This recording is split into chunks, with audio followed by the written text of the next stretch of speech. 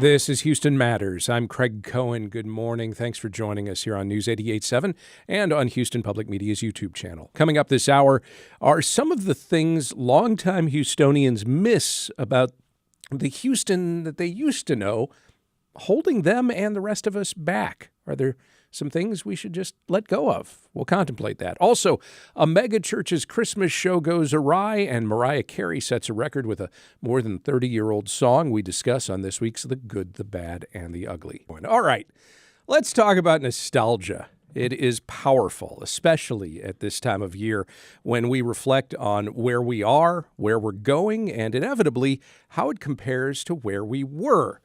But maybe nostalgia ain't what it used to be. And I don't mean that entirely as a punchline.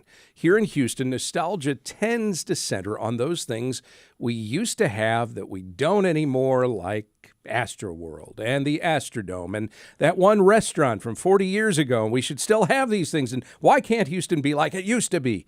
Yeah, sometimes looking back isn't just about remembering sunshine and rainbows that might not have ever been quite so bright and shiny. Does nostalgia for how Houston used to be hold us back? Should we, on occasion, as a popular Disney movie song implores, let it go? Let's talk about it now with a couple of familiar faces and voices on this program. Houston Chronicle senior columnist Lisa Falkenberg and Craig Hlavaty, public relations specialist at Public Content. Good morning to you both. Good morning, Craig. I like how you brought in the nostalgia guy. Yes. To just burn it all down. Yes. Thank you, Craig. You're welcome. Yeah. We know who to talk to. We were talking outside about just like nostalgia and what that means in Houston. And I was going to say, Lisa, I think this may resonate with you too. I think that over the past few years, since we've had so many new people come to the city, that a lot of the nostalgia that we built up like 2 decades ago is starting to like wane. Mm-hmm. Because there's so many new people here that are coming that are experiencing new things about Houston that perhaps some of us never quite explored. Yeah. Right? Like there's like new traditions that are coming about. So then the old things like the Astrodome, because I knew everybody was going to bring up the Astrodome, because immediately when you guys sent me the prompt yesterday, I was like, they just want me to talk about tearing down the Astrodome. That is not just but like I think but it is an obvious example. As the years go on, I think when more new people come to the city, they find new things to be nostalgic over, and things that are older pass by the wayside. Right. And they're able to point out things that don't make any sense. Like, correct. I don't know how long I've been here. More than 15 years, maybe. Yeah, you made it. Yeah. And no, but still, I don't know what you mean when you say. I think I know what you mean when you say Gulf Freeway, South Freeway, North Freeway. I'm like, just call them by their names, right? Yeah. So Gulf is 45 South, right. North is 45 North, right? Then the East Tex Freeway. East Tex. Like, what is East Tex? I actually don't know that. Which one is that? 59? East of... Oh, no. No.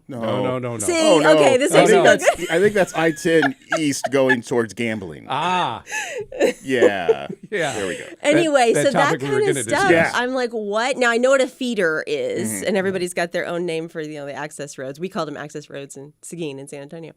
But anyway, that kind of stuff, it is nice to have some people come in, and let's call things by their names.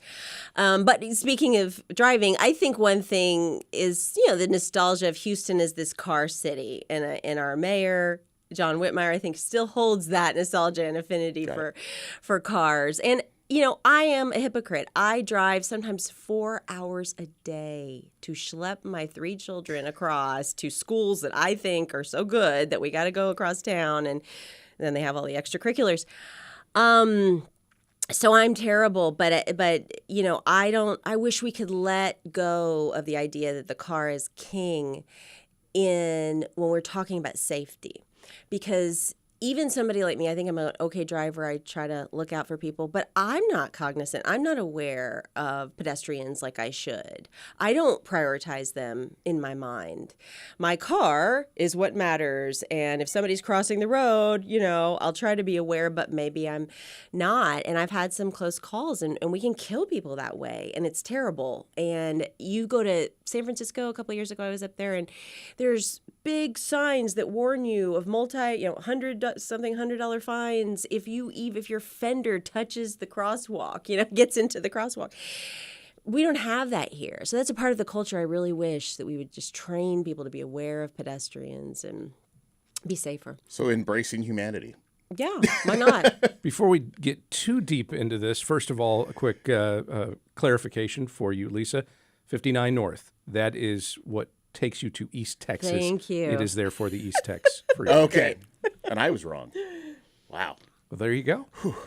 Felt good. All right. As we continue our conversation here, if you have some thoughts about all of this, we welcome any examples you have of experiences like driving culture or other things, locations, traditions, things that you think Houston used to have that you wish we still did, or those you think we might be holding on to that we don't need to. Let us know at talk@houstonmatters.org. You can call or text us at 713-440-8870. Let's get into some other examples of what we're talking about. Before we talk about letting go of it all, what is the it? What are some other things, some places, experiences, things about Greater Houston's past that you are nostalgic for? One for me is downtown. And like I said, I have not been here long enough to remember the heyday. But when I moved here, there was still a Macy's downtown. Yeah. I could just stumble down the street and pick from any number of restaurants, meet friends at bars. There wasn't a bunch of boarded up buildings. There was some life. There was some hustle going on. Is that post Super Bowl afterglow we had after 2004, I guess? Yeah, it was around that time. I mean, a little before and then after.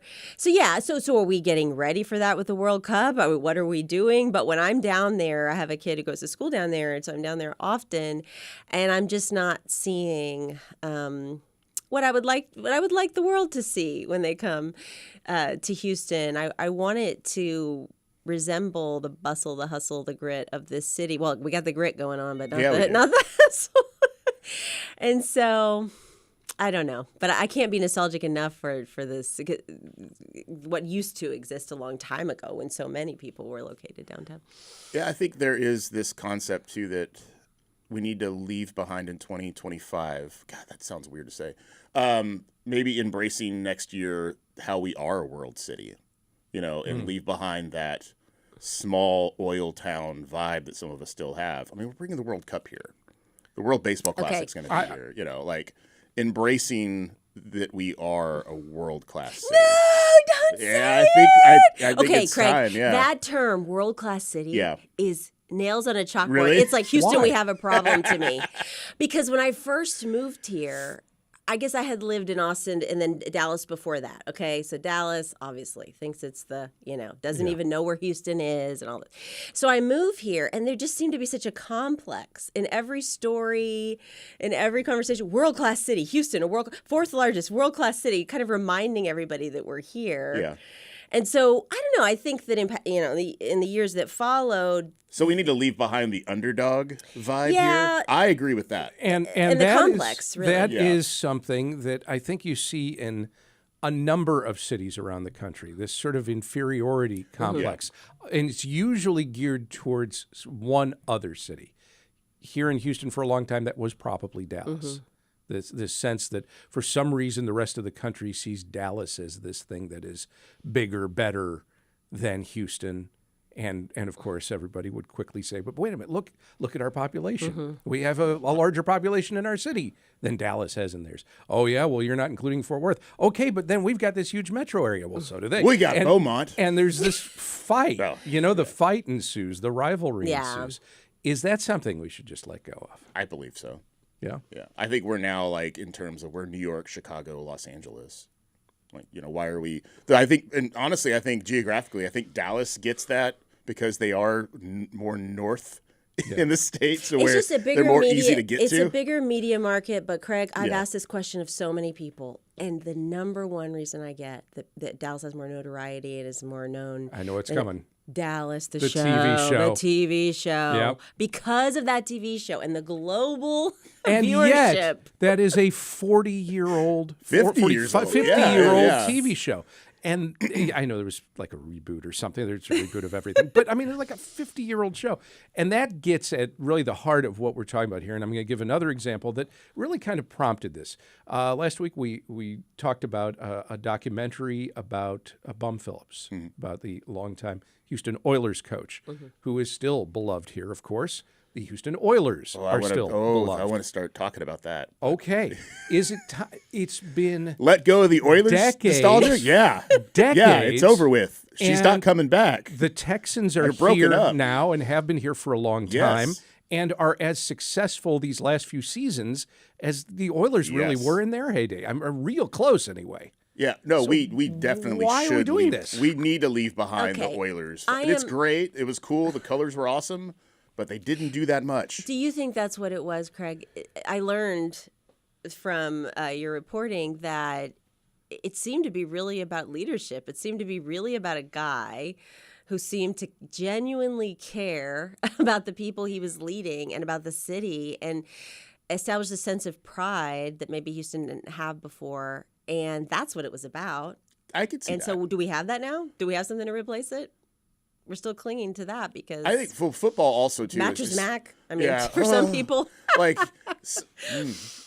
we could talk about that too. By all means. Like I guess that the hero veneration too probably needs to evolve a little bit. Yeah. You know, What- we're talking about Bum Phillips, but we have D'Amico Ryans. Yes.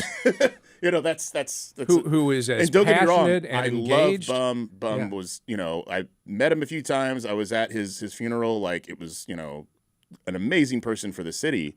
But at the same time, I think people are still now comparing the Texans to the Oilers. Yeah. The team was long gone.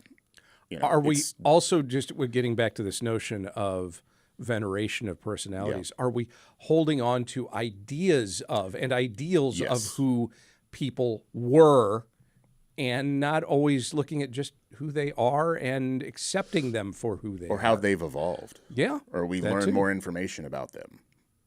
Is there something about Houston, the long timers' perception of the world that is different from people in other places when it comes to that sort of thing? We look at things through rose-colored glasses in the past. Yeah. But I think We really everybody does that. I think if anything, Houston is less nostalgic because it's always been more transient. It's always been people coming here, making their money, leaving, people getting, transferred here, and then maybe staying and falling in love with the people. That happens often. But it is a city that's more, I guess, open to change and less nostalgic. We tear down our buildings except for the Astrodome.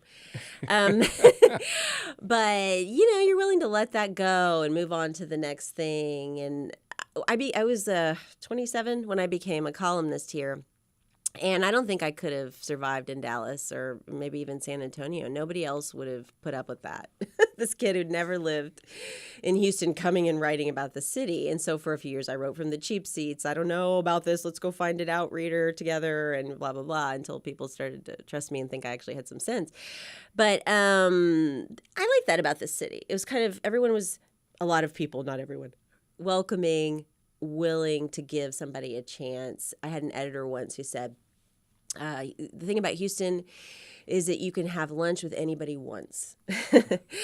And I don't know if that's nostalgia or rose-colored glasses. I think that's something, city of opportunity, that's something that still exists here. People are curious and they're somewhat, they're more open. There's not the pretension of Dallas. Dallas has some good things, but it's very pretentious. And Houston is, I feel, outward looking. It wants to be a global city. It wants to invite people of different backgrounds and everything. And so I do think that still exists. We've got a lot of people who, are being victimized right now by the ICE raids and everything that's going on there. But there are a lot of people speaking out against it. We need more. But I'm still proud to live here. And I think that it's, it's a place that I can look around and have examples to show my children about, philanthropy or, opportunity. Let's dive into some comments and questions from listeners. Sergio's on the line from Houston. What are your thoughts on this? Hi, yes. So I've, grew up in Houston, been here all my life. I just, I miss malls, I miss the growing up and going to First Colony Mall, West Oaks Mall, even the Galleria, I feel has kind of, I don't know, the luxury isn't there that it used to feel like for me. So I don't know if that's something that's just a trend all over the country or just here. It feels like. Do you think you miss the luxury, or do you miss the community of being able to walk around with your fellow Houstonians and shop, or just kind of fellowship and run into people? I think it was the hanging out, when you're in school and you're going out with friends and doing that kind of thing. That was the go-to, right? Back in the day, for me at least, hang out at the mall. Mm-hmm. Well, thanks for So the it's the call and for the community, comment. That actually, that still happens. It's just, it's not the indoor shopping mall experience anymore. It's HEB. It's not just that. It's out in the suburbs and the exurbs. We're seeing more of these open air shopping and dining areas that are more walkable and public art. When you're out in the burbs, and kids are a part of that. You see teenagers walking around, and that stuff still happens. Yeah. But yeah, it's not quite the same experience as I guess everybody else. That's also the city. If you want to look back at if the nostalgia threshold for Houston is 50 years ago now, 1975 or whatever, 40 years ago, 85. I mean, we've blown up in population. So there's all these little niches, these little craters of people all over the city now that have their own vibe, that have their own community, that have their own local traditions and customs. It's not just based into downtown. It never was just based into downtown. Yeah. We have, how many different skylines do we have? Right. I remember the now retired Rice University professor Stephen Kleinberg used to talk about it as we basically have these 5 or 6 urban centers, almost like boroughs, spokes on a wheel. Yeah, and that is the direction that maybe we'll see more and more cities go. I'll say one of the things that always unites people is obviously a really good Friday night Astros game. Yeah, a good Sunday afternoon football game at NRG. The art car parade, the rodeo. Yeah. The rodeo, I don't know. I mean, maybe to me, the rodeo is one of the most uniting events in the city. You see all walks of life there. You see everybody from, all different shades and all different backgrounds, putting on a cowboy hat. That's one of our community things too. So we have those community things. But more and more people are starting to strive for that human connection. And you're seeing that in even in the arts world, you're seeing that in the dining world. Let me share a few comments that have come in here. Noah, as we were talking about driving earlier, says, as a driver, I want more transportation modes for selfish reasons. I want less traffic. That may be another thing, though. There is the never-ending debate or push from some circles for a lot of light rail, that we should have light rail from this place to this place and this place to this place, and it never really happens. And is there a point at which you say, well maybe that's just not realistic? On, pet peeves, we do, every, first Monday of every month with Lisa Gray. And we only bring you on with people named Lisa. I know, that's cool. I like that. Every single question's about traffic. Yeah. And it's just because that's just how we get around here. And that's also, I will say this, Houston is our uniting experience. You put 10 Houstonians in a room and just, say traffic and walk out of the room and you're going to get a million different, concepts, and people are actually going to unite and they're going to be commiserating. It's like a support group, well, I was cut off today when I was going to the medical center. Or somebody, ran a red light and nearly killed me. And everybody's we all, it's almost like our city pastime. But not something that we're nostalgic for. No. Let me get into some other things that are here. First of all, at GT7 on YouTube says, "Love You Bum" documentary. That's excellent. And anyone who lived here in the 70s should enjoy it. We received an email from someone suggesting a city government that was making our streets safer for everyone is something they want. Another one points out that Houstonians are more down to earth than Dallasites. And let's take another call. Paul's in Montrose. Paul, What do you miss that we don't have that you think we should have or that you're ready to let go of? Okay, good morning. I'll mention two things. I don't miss that much, but we no longer have them. One is Gillies, and another is that this area where I live was the Montrose, not Montrose. But the thing I want to really mention, and my apologies to Lisa, whose work I greatly admire, is I miss having a two-newspaper town. I miss the Post. Mm-hmm. Yeah, thanks for the call and for the comment. Yeah, I mean, there are a lot of cities around the country that used to be two newspaper towns and aren't anymore, and that's there is definitely something about the value of competition in two major perspectives like that. It's a different world, different, and in many ways, the Chronicle's in competition with everybody, as every media outlet is, but there was a different world when you could choose between the Chronicle and the Post. Right. And I got to experience that a little. I was a young reporter working in Austin covering the legislature, and I still remember being able to walk down the street and see 4 or 5 newspaper stands with papers across the state. So you'd see Dallas Morning News, you'd see the Forest Star Telegram, San Antonio Express News, Austin American Statesman, and the Houston Chronicle, and competing against those people at the Capitol. And it was not only fun. I think there was just some really good journalism that came out of it. I mean, you had a fire, lit a fire under you to really go out and get. And dig and find things that other people didn't have. So I totally feel you on that. And I understand that the Post was a really good paper. And the Chronicle has survived, and that's great. And you guys should all subscribe, please, online, if not in print. But briefly, anything else you think Houstonians talk about a lot that we should just give up on? I'll do it. Yeah? The dome. The dome. I have the Astrodome tattooed on my leg, man, but seriously. Not going to happen, We Craig. need to figure something out. One way or another. This is bad. All right. It's sad. Well, do something, y'all. The do-nothing is sad, but the thing itself is of value. It's what people associate with Houston. Yes. But so we do need something a place. with it, or yes, I mean, it has historical designation now, so it's can't like a just relative in hospice, man. Like, we got to figure something out. Oh, man, that's not a metaphor I wanted to wrap up on. But I it's know. where we Merry are. Christmas, everybody. Craig Hlavaty is a public relations specialist with public content.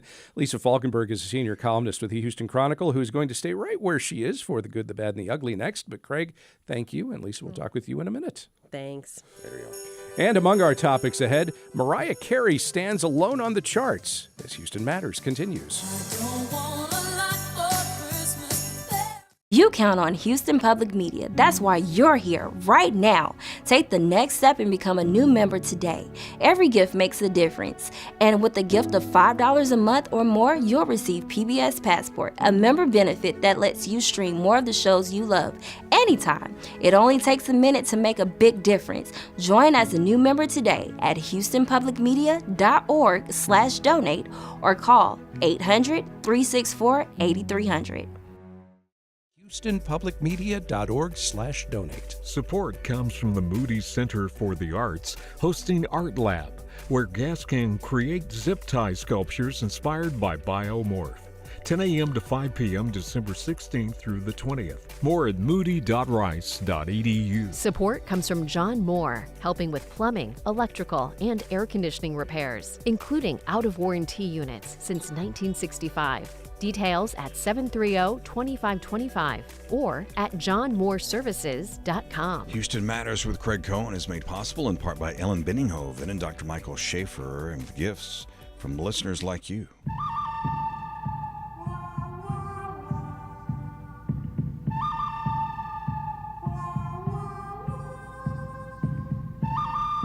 A lot can happen in a week. Some of it good, some of it bad, some of it downright ugly. When faced with intriguing developments in the week's news, we turn to a rotating panel of non-experts to parse the good, the bad, and the ugly of it all. On today's panel, Charles Kuffner, who writes the Off the Kuff political blog, Jessica Brown, co-director of Houston's Station Theater, and Lisa Falkenberg, senior columnist with the Houston Chronicle. Charles, Jessica, Lisa, welcome to Houston Matters. Thanks. Thank you for having me. Panel, another week, another story about Waymo, the self-driving taxi company owned by Google's parent company, which is coming to Houston early next year. This time, though, no, the car did not drive over someone's beloved cat or maneuver a passenger into a police standoff. Both of those things have happened in recent months, by the way. No, this time the news is not about the taxi itself so much as what happened inside of it. As the AP's Janie Haar reported last week, a San Francisco woman gave birth inside a Waymo. The mother was on her way to the hospital a week ago Monday when she delivered the baby inside the robotaxi, which, no, is not a certified doula or anything. But the cars do have cameras and microphones inside, and the company says its rider support team detected, quote, unusual activity inside the vehicle and checked on the woman while alerting 911. Mother and baby arrived at the hospital safely, and Waymo says the vehicle was then taken out of service so it could be cleaned. A driverless taxi delivers a baby and its mother to the hospital shortly after the woman gave birth inside the car. Is this good, bad, or ugly? Charles Kuffner. I mean, obviously it's good for the mother and the baby, and for Waymo for doing the right thing here. I suppose it's bad for the old Hollywood trope of cabbies helping to deliver babies. Yeah, this is not how a sitcom plot works. Yeah. Somebody needs to know that. I disagree with that. Honestly, the thing that struck me about this is I'm really impressed that Waymo was able to detect and intervene, because I'm thinking of other stories of autonomous taxis in which, you know, something went awry, like someone being delivered to the airport and then not let out of the cab because it didn't stop anywhere. And it's like, what? There's a number I can call and maybe speak to a human who might understand what's happening and maybe will eventually be able to fix this. That would have been a bad situation here. Yeah. So the fact that they figured it out and got it right, kudos to them. I hope that is more the rule and not the exception going forward. All right. Good, bad, or ugly, Jessica Brown. I also think that it's good for the same reasons, but I think that there is a plot here. I think that this is the next level of the movie Electric Dreams from the 80s. And I think that this is where the Waymo is falling in love with the mom and, you know, all of that, just that whole thing all over again. Having the baby in his car. The baby is now belongs to the Waymo. And I'm pretty sure that the mom is going to name the child Waylon Morris so that we can continue with this story. There is definitely a wonderful comedy plot here. Maybe a little bit dark, but I have to say that the Waymo deciding that the child belongs to it, that sounds more like the start of a horror movie to me. I mean, in all fairness, some of these things have been. I mean, I saw a situation in Austin where there were two Waymos following each other, and they couldn't figure out how to get out. So they literally stayed parked for like 20 minutes, and the people just stayed right in there. So to me, there is some level of that. So I think that may be why you're hearing the horror part of the story. Also, Electric Dreams was a little bit scary, to be perfectly honest. So, yeah, great soundtrack, though. Yes, good song. Yeah. Whatever happened to Lenny Von Dolan? Anyhow. That's a good question. The 80s ended, I suppose. Yeah, I guess so. Good, bad, or ugly, Lisa Falkenberg. Oh, it's good. I mean, this is way more interesting than my predictable, scheduled cesarean sections. And I'm going to go in a weird direction. But yeah, sometimes I think about that. I mean, there's a medical reason I had to have those C-sections after the first one. But sometimes I think about how many women are scheduling their births now. And you don't have these amazing stories to tell. Like, this woman will have a story. The kid will have a story for the rest of his or her life. But, you know, women used to go into labor, all kinds of crazy places and be rescued and be like driving themselves, and they'd have these amazing stories. And now so many women are just scheduling it. Hey, you know, what time are you playing golf, doctor? Okay, let's get around your golf game. Let's do it on a Monday, 6 a.m. So anyway, it's always nice to have a few. I'm nostalgic for the painful, dramatic pregnancy giving birth stories, you know. That's an interesting take. So you're saying that's not something we should give up from our, let go I'm saying from let's our not past. give that up. You know, natural childbirth is exciting and spice of life. Champion Forest Baptist Church really goes to town with its annual Christmas spectacular. It's touted as Houston's biggest retelling of the birth of Jesus. It's 90 minutes long and features performers on the stage, in the crowd, and up in the air. The church estimates 30,000 people saw their Broadway-scale production. It also features live animals, and I think you know where this might be going. As video published by Grizzy's Hood News shows and the Houston Chronicle's Hajra Jalani reported this week, during one show last Saturday, performers led some camels through the Northwest Houston church, headed toward the stage when one of them, a camel, not one of the performers, kicked a woman in the audience with its rear leg. Emergency services were called. It's not been made clear just how badly injured the woman was, but a spokesperson for the megachurch says it regrets that this happened. The Champion Forest was in contact with the woman's family, and crucially, the church told the Chronicle they, quote, discontinued walking animals within the audience seating areas for the remainder of their shows, which ended on Sunday. No more animal parades through the audience at a megachurch after a camel kicking incident. This is why we can't have nice things, but is it good, bad, or ugly, Jessica? I honestly think that it's ugly. And the reason being is that animals are unpredictable, especially wild animals like camels, some of the ones that they have there. I know that they can be raised and be much milder than that they would be, but they're still wild animals. And it's something that I think that there's a lot of us that still are very concerned about that, about how animals are being treated. And that's a lot of lights. That's a lot of people. There's no way that any sort of wild animal could be prepared for something to that level, especially if they're describing it as a Broadway style production. So it's a little ugly and a little scary, I think. All right. Good, bad, or ugly, Lisa? As long as this woman has not been grievously injured, I will say it's good. Because it should be a wake-up call as to how ridiculous. We have made Christmas into a circus.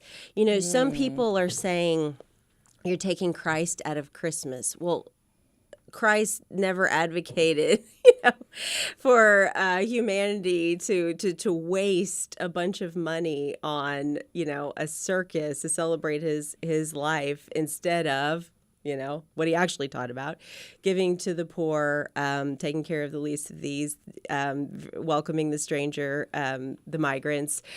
So how we got so far away, from that message, I think about that so often as I listen to the, people who call themselves Christians or Christian nationalists, and this time of year particularly. So maybe this camel's just trying to, kick some sense into people.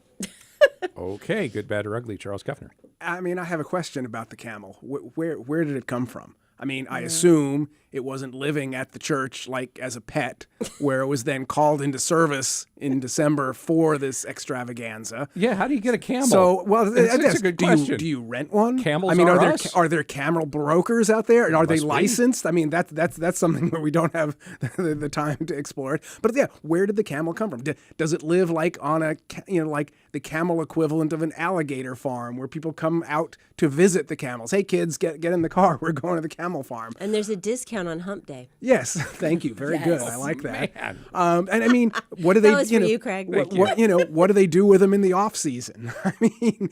I have so many questions, Craig. Lisa, could you please get a Chronicle reporter on this? I really want to know. Right the away, people right deserve to know. So not so much good, bad, or ugly is just confusing. Fair enough. That works. Finally, panel, Mariah Carey's All I Want for Christmas Is You, first recorded way back in 1994, now holds the all-time record for most weeks at number 1 on the Billboard Hot 100 singles chart. Last week, music streamers sent Carey's Christmas staple back to the number 1 slot for the 20th time, not consecutively, of course. As NPR's Stephen Thompson reported this week, streaming has skewed the music industry's measurements somewhat as tunes of more recent years are experiencing ever larger runs atop the charts. Until this past week, Carey's hit shared the record with Old Town Road by Lil Nas X and Shaboozie's A Bar Song. But now, All I Want for Christmas Is You is all alone with the record. Is that good, bad, or ugly, Lisa? Good, I guess. I mean, it's a great song that most people liked at least the first time they heard it, or the first 100 times they heard it. It has a positive message. It makes people feel good. We could have far different songs make the top of that list. So. I don't know what else I have to say about this. I've thought. Actually, the other day I was watching Love Actually for the first time with one of my daughters who's finally old enough. And, that song comes on at the end and it's like, man, what is it about this song that's so good, right? It's the drums. It just has a great beat. And obviously her voice is amazing. But yeah, it's there are songs I just cannot listen to anymore. I'm like, Sunny 99 point whatever, just stop playing that. But this one I usually don't turn off when it comes on. So All right, Charles. I mean, it's good for the song, but it's like I was thinking, y'all are familiar with Whamageddon, right? Mm-hmm. Trying to make it through the Christmas season without hearing Last Christmas. I got Whamageddon last year before Thanksgiving. I thought that was pretty rude. But it's like I feel like if you find that Whamageddon isn't challenging enough, play the 2.0 version, which is Mariah-geddon. See if you can make it through the Christmas season without hearing All I Want for Christmas Is You. And there really ought to be a prize for that if you can, because you're not going to be able to make it. I intentionally saved Jessica for last. You have 90 seconds to say whatever you want Oh about my gosh. you know what. I won't bring it up. I do. The only song that I never want to hear again is Wonderful Christmas Time. I don't care about any other Christmas song, but I swear to you that Paul McCartney almost undid every single bit of musical karma that he built up with the Beatles in this one song. And Craig knows me well enough to know that I don't care about any other Christmas song, but I do love Last Christmas, and I will send myself to Wham Holla as soon as I can, just so I can listen to it over and over and over again. I am impressed that you turned it to a positive so quickly, because we have plenty of time if there's more you want to say about Paul McCartney. Honestly, I feel pretty good about that. Yeah. Wow. You're turning over a new leaf. I've worked really hard to get this message to be that concise, because that is my annual rant against the absolute worst song that ever existed. I think it's The Little Drummer Boy, but to each their own. How dare you? Wait, not the one with Bowie. No. I mean, they come. Just the traditional. The pum. Come on. That song sucks. I'm sorry. Man, it's awesome. Wow. The question is, what song is Craig going to take us out on? Ooh, I would not do Last Christmas. You will have some people upset. Happy. No. A mind-numbing Christmas time. Out of respect for Jessica, we will not do that. Please don't be my enemy, Lisa. And we'll find separate elevators for the two of you to depart. But let's just say we will all be simply having whatever we have. Nope. And that's enough said about that. How about just a general happy holidays to all? Charles Kuffner writes the Off the Kuff political blog. Jessica Brown is co-director of Station Theater. Lisa Falkenberg is a senior columnist with the Houston Chronicle. Charles, Jessica, Lisa, happy holidays and thank you. Thank you, Craig. Happy holidays to everyone.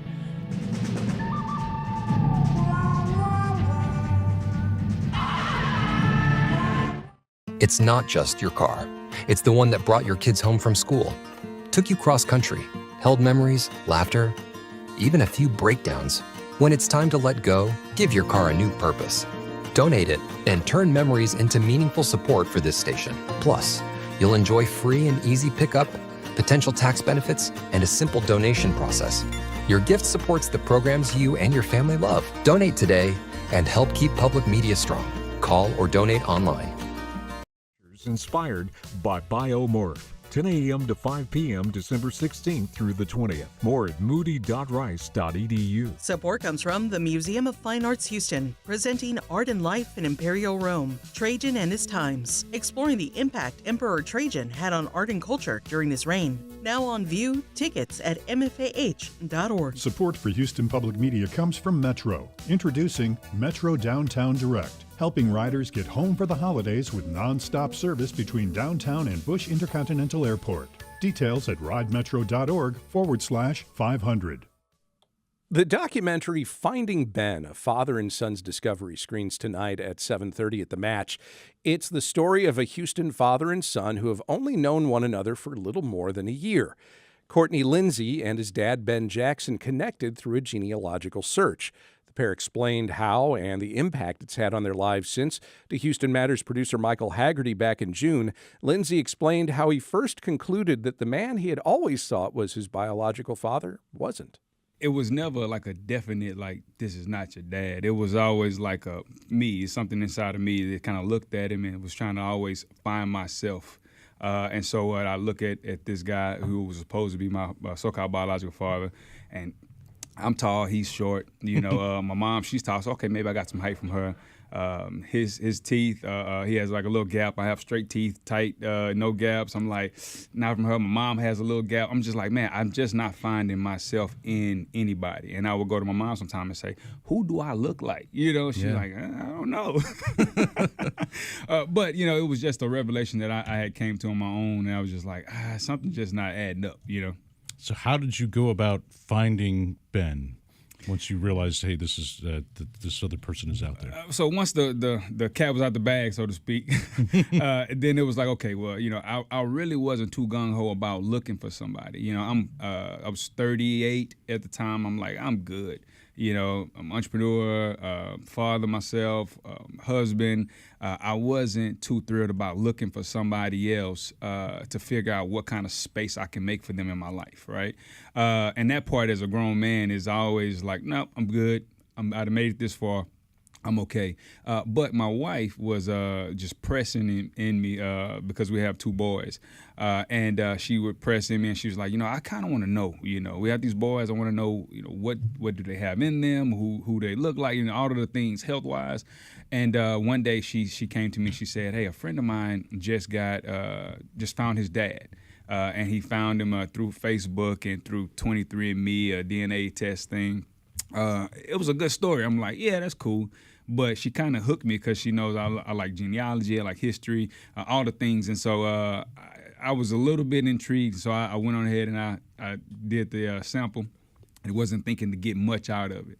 And then about 2 weeks later, then I seen all of the evidence, and then I went on a goose chase from there. Yeah, so we're kind of doing the quick version of the story. But Absolutely. You poked around and you found this family and were in contact online with some folks in the family, and they kind of narrowed it down to like, okay, I think it's this guy. And so a family member told you, Ben, that, hey, there's this guy, Courtney, out there that is kind of looking for you, that you should call him. I mean, what did you think about that? Well, what I thought first and foremost, that I was screening a guy for her because I'm her big cousin. And she didn't outright blatantly say, hey, this guy thinks that he's your son. She said that, oh, this guy is interesting, Ben. He's a book writer, and he's a real interesting guy, and I think you need to talk to him, cousin. I said, well, wait a minute. Is this a guy that you're dating? I'm screening this guy. What's going on? And she said, no, it's nothing like that. And I said, well, okay. Since you insist, I'll give him a call. And when I called him, after I just had a prayer, after I just had a prayer, because it was June 17th, which actually is my mom's birthday. My mom's been deceased for nearly 40 years, but we have an annual get-together for her birthday. So, and I was praying because they counseled. And I said, well, Mom, sorry I'm not going to do this. I love you. And then I became very emotional. And then afterwards, I made the phone call about Courtney. And then he goes, hey, I said, hello, Courtney. Yeah. He says, hey, do you know Wilma Lindsay? Wilma Lindsay? What? That's number 2 in my life as being a young adult, because I think I was like 18, maybe close to 19. So you dated her back when you worked together. Yeah, I begged her for a date.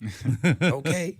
She was one of the most cutest things I had seen that ever adorned a Big Mac and a fry at McDonald's. You worked at McDonald's. Yes. Well, matter of fact, my uncle was the owner of the McDonald's. Matter of fact, the McDonald's on Elgin, he owned that one as well. He had 4 stores here in Houston. But besides the fact of the goodness, and she gave me a date.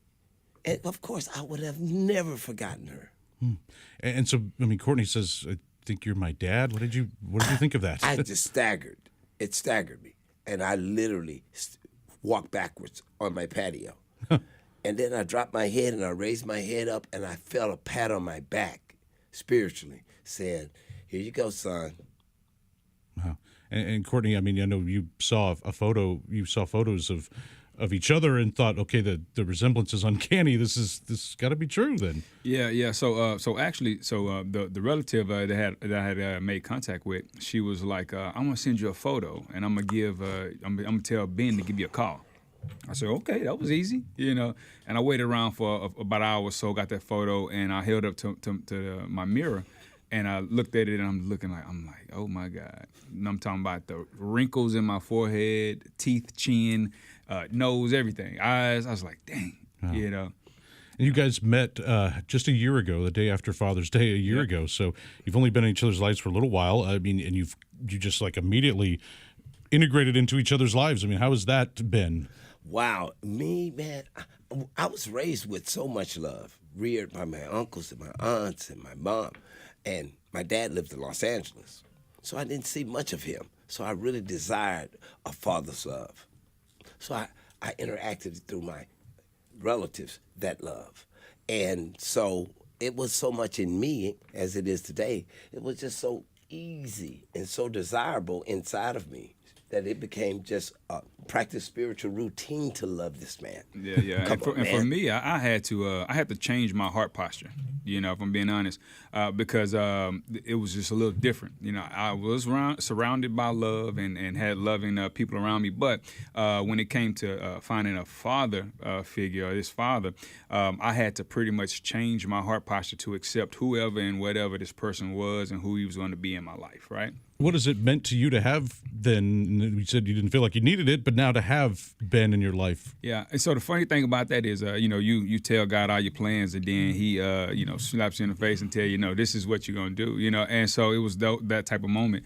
All the things I didn't think I needed because I felt like I had reached a point or gotten to a status in life. God was showing me immediately. No, this is what you needed, right?